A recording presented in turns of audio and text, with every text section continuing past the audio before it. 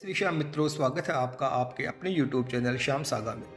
मित्रों, जैसा कि आप सब जानते हैं कि महाभारत के युद्ध में भगवान श्री कृष्ण के कहने पर वीर बरबरीक ने अपने शीश का दान भगवान श्री कृष्ण को कर दिया था।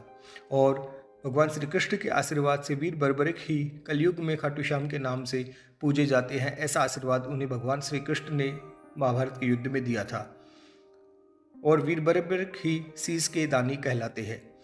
मित्रों, आज हम आपको बताएंगे कि बाबा श्याम का मंदिर राजस्थान के सीकर जिले के खाटू में ही क्यों बना। इसका भी एक अद्भुत और रोचक इतिहास है। तो आइए जानते हैं कि महाभारत के वीर बरबरीक कलयुग में बाबा श्याम बनकर खाटू में कैसे प्रकट हुए। आगे बढ़ने से पहले अगर आप चैनल पर नए हैं और पहली बार ये वीडियो देख रहे हैं तो वीडियो को लाइक और चैनल को सब्सक्राइब जरूर करें और हाँ, बेल आइकन को जरूर प्रेस कर दें, जिससे कि आगे आने वाले सभी वीडियो आप तक सबसे पहले पहुँच सके। तो आइए अब जानते हैं खाटू श्याम में बाबा श्याम के शीश अवतरण की कहानी। भगवान श्री कृष्ण ने बरबरीक के शीश को कलयुग में अवतरित होने का वरदान दिया और कहा, जैसे जैसे कलयुग बढ़ता जाएगा तुम मेरे श्याम के नाम से पूजे जाओगे। जो भी भक्त सच्चे दिल से तुम्हारे नाम का केवल उच्चारण करेगा और सच्चे मन से तुम्हें याद करेगा तो उसकी सभी मनोकामना पूर्ण होगी और तुम लखदातार कहलाओगे। खाटू नगरी में एक बहुत ही पवित्र कुंड है जिसे श्याम कुंड कहते हैं कि इस कुंड में बाबा श्याम का शीश खाटू नगरी में प्रकट हुआ। खाटू में यह शीश जहाँ प्रकट हुआ उसी स्थान को श्याम कुंड कहा जाता है। इस पवित्र श्याम कुंड में डुबकी लगाने से व्यक्ति के समस्त पाप नष्ट हो जाते हैं और सभी मनोकामनाएं पूर्ण होती है, बाबा श्याम का आशीर्वाद प्राप्त होता है। तो आइए अब जानते हैं खाटू नगरी में बाबा खाटू श्याम के शीश अवतरण की कहानी। एक प्राचीन कहानी के अनुसार खाटू नगरी में राजा खटवान का राज हुआ करता था। उस समय श्याम कुंड के स्थान पर बड़ा सा रेत का टीला था। उस टीले के आसपास की गायें चरने के लिए आया करती थी। दिन में गायें वहां चरती और शाम को उनका मालिक उन्हें वापस घर ले जाता। उनमें से एक गाय टीले के पास आकर एक स्थान पर शांत भाव से खड़ी हो जाती और फिर उसके थनों से स्वतः ही दूध निकलने लगता। जब वो गाय शाम को अपने मालिक के घर जाती और उसका मालिक जब उसका दूध निकालता तो दूध ही नहीं आता था। ऐसा कई दिनों तक हुआ। तो एक दिन उस गाय के मालिक ने सोचा कि इस गाय का दूध जा कहाँ रहा है, इसका पता करना पड़ेगा। आखिर यह गाय दूध क्यों नहीं दे रही, कहीं ऐसा तो नहीं है कि रास्ते में कोई इसका दूध चोरी कर रहा हो। ऐसा सोच के और सच का पता लगाने के लिए गाय के मालिक ने उस गाय का पीछा करना शुरू कर दिया।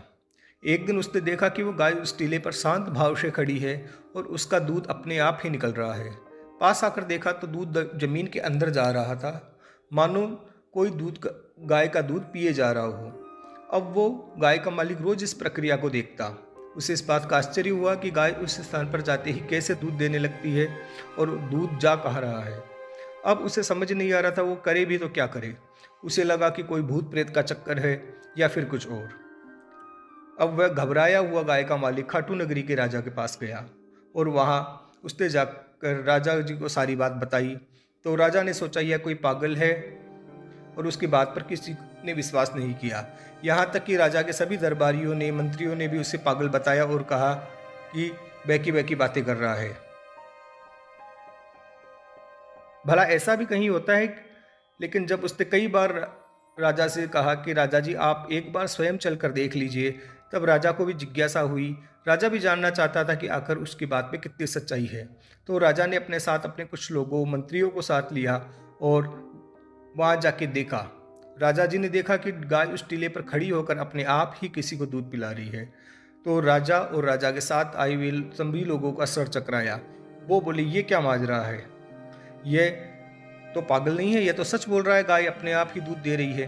तब राजा ने कहा कि इस टीले के नीचे क्या है, इसका पता करना पड़ेगा। तब उसने मजदूरों को आदेश दिया कि इसकी खुदाई करो।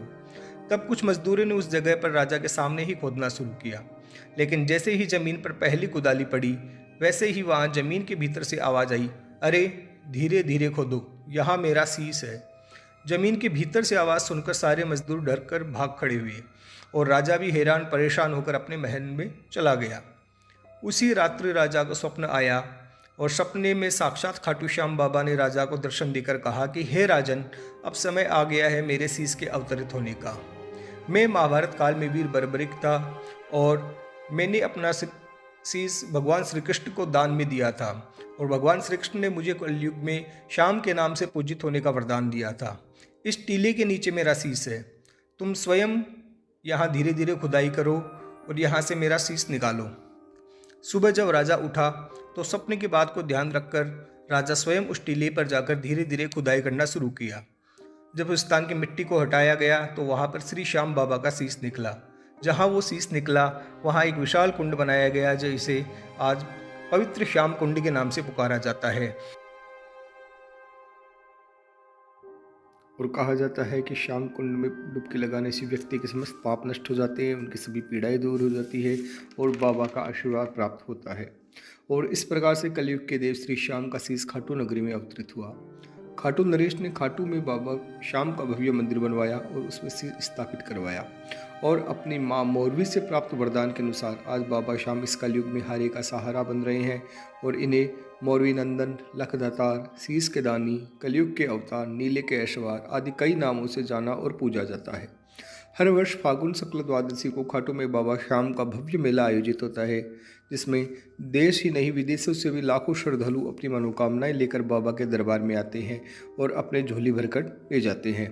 हर माह एकादशी एवं द्वादशी को बाबा का मासिक लक्ष्मी मेला आयोजित होता है, जिसमें भी लाखों श्रद्धालुओं की भीड़ इकट्ठी होती है।